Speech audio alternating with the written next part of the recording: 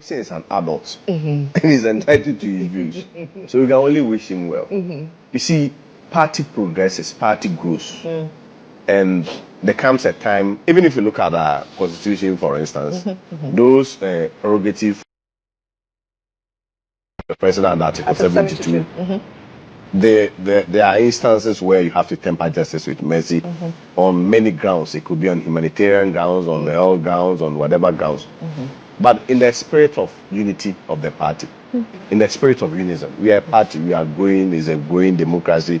At some point, we believe that in as much as that you may also want to instill discipline in the party, you may also have to balance with some form of reconciliation. That is what has happened as I speak to you.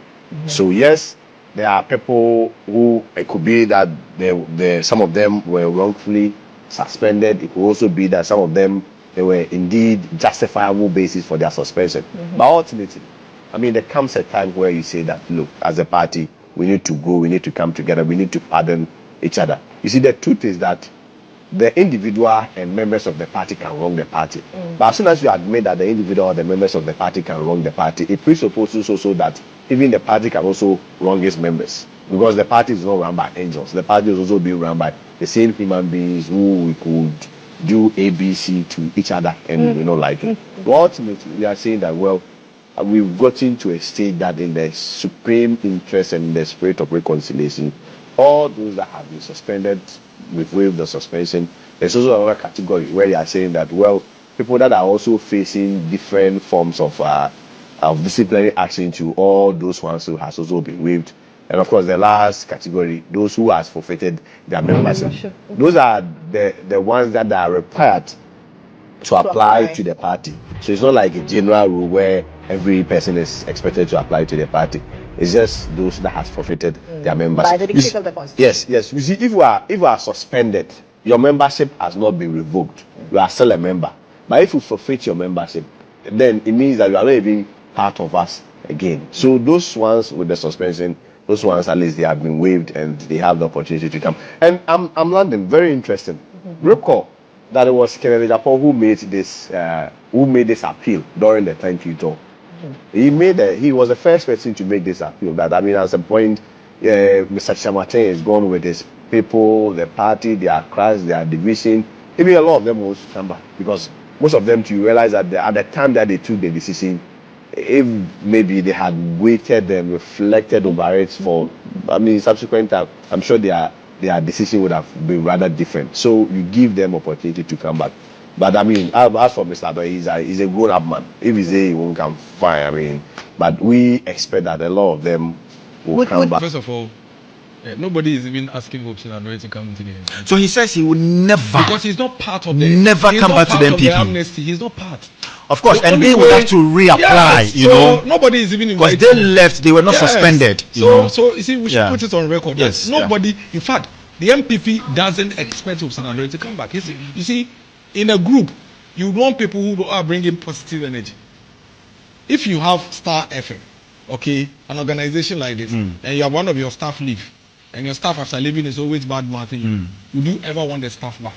Not at all. Exactly. You would want a team that is pursuing a common agenda. I don't think there's anybody in MPP and that very professional enough. Yes, I don't think there's anybody in MPP right now that will say that we want Boomshell back. Really? No. Why? But political parties, it's about the numbers. Positive numbers. Really? Otherwise, so in politics, you are dealing with positive numbers and negative numbers. No, positive. Miracles of Waji. Yeah, positive numbers only. Really? No politician would want a negative. Do you know what one negative energy can do to? One negative energy can disrupt thousands of your. No, don't forget that when he comes back, there are other people who are very, very linked to him. So it's not just that individual perhaps you are looking at, but his mother, possibly his wife, his children. They may all tilt towards the MPP. If you come and you disrupt it, then we thank you. Don't come. So you don't need Adoye if you back again in the MPP. And you disrupt it. If you come and disrupt it, then we thank you. Don't come. So you don't need him. Solomon Usu and Co. You don't need them. You listen to what I'm telling you. If you would come and disrupt it, first of all, let me put it on record. They are not part of the amnesty. Of course, they left, Yes, on their own. Apply. So they should even pray that when they apply, and the application is vetted, it will be accepted. Because on your acceptance, it will be based on your contribution that you are bringing on board. But if you make commentary like this, and you disrespect the political party in this manner, why do you think you even deserve to even apply in the first place to set up this? You don't do that to any organization that you've ever been part of. You don't do that. You don't leave an organization that you've been part of and disrespect it in the manner in which he is disrespecting the party. No, we thank you. But didn't the exit of some members of the party really affect the NPP in the 2024 elections? Pardon me. There are so many variables that may have affected us in the 2024 elections. So many variables. Wasn't this one of the variables? I don't think so. I don't think so. For example, there are over 2 million of our members we know who didn't turn out to vote. If those people had also turned out to vote, maybe your exit wouldn't have mattered.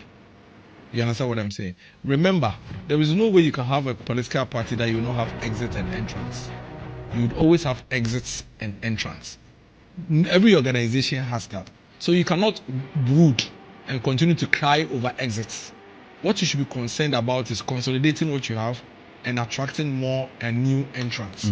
But those who, on their own, decide to leave, it is difficult for you to count them as part of your losses. You should rather be worried about those you were not able to attract. And that's where your focus should be. Would you expect Alan Johnson to turn to the fold? If he comes, I'll be one of the excited person, because you see, politics is about numbers. Mr. Chamati may not succeed in his quest to be president on the route that he's taking as an independent candidate, but there is no two ways about that. Obviously his decision will have a consequential impact or effects. But now he says he's not going independent again. Yeah, but right now that we've given opportunity for a lot of his guys to also come on board, we may only be left with him. You understand that? But I mean, the point is that he is a grown-up man. We cannot compel him on the decisions that he wants to do. We've opened the opportunity for people to come back. If he feels that he wants to come back, fair deal, we'll open our arms to accept him. But of course, I mean, we're also appealing to all the people that join that they should come back. I agree. There is no point that disunity will hurt the party. Recall, NDC, when Madame Kleber Ajima Rollins at some point also even went for elections contested. They really affected them. But I mean, at some point, you get to a stage you say that. Is it really about reconciliation or just padding up your numbers for 2028? I think the two correlates.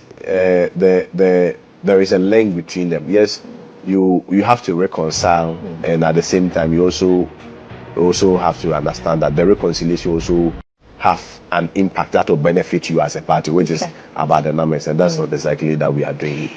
Are you also not risking sending a message across that disobedience gets pardoned? But even the president recently has pardoned people, the 998 people. That, I mean, you see, it's just about tempering justice with mercy. These are people who, a lot of them, there are even situations where most of them were wrongfully suspended, depending on who was holding the other bar of the power and felt that he could do A, B, C, D. So just like prisons, when you go to prison now, it is not the case that everybody in prison has committed an offense or something. But of course, when you also give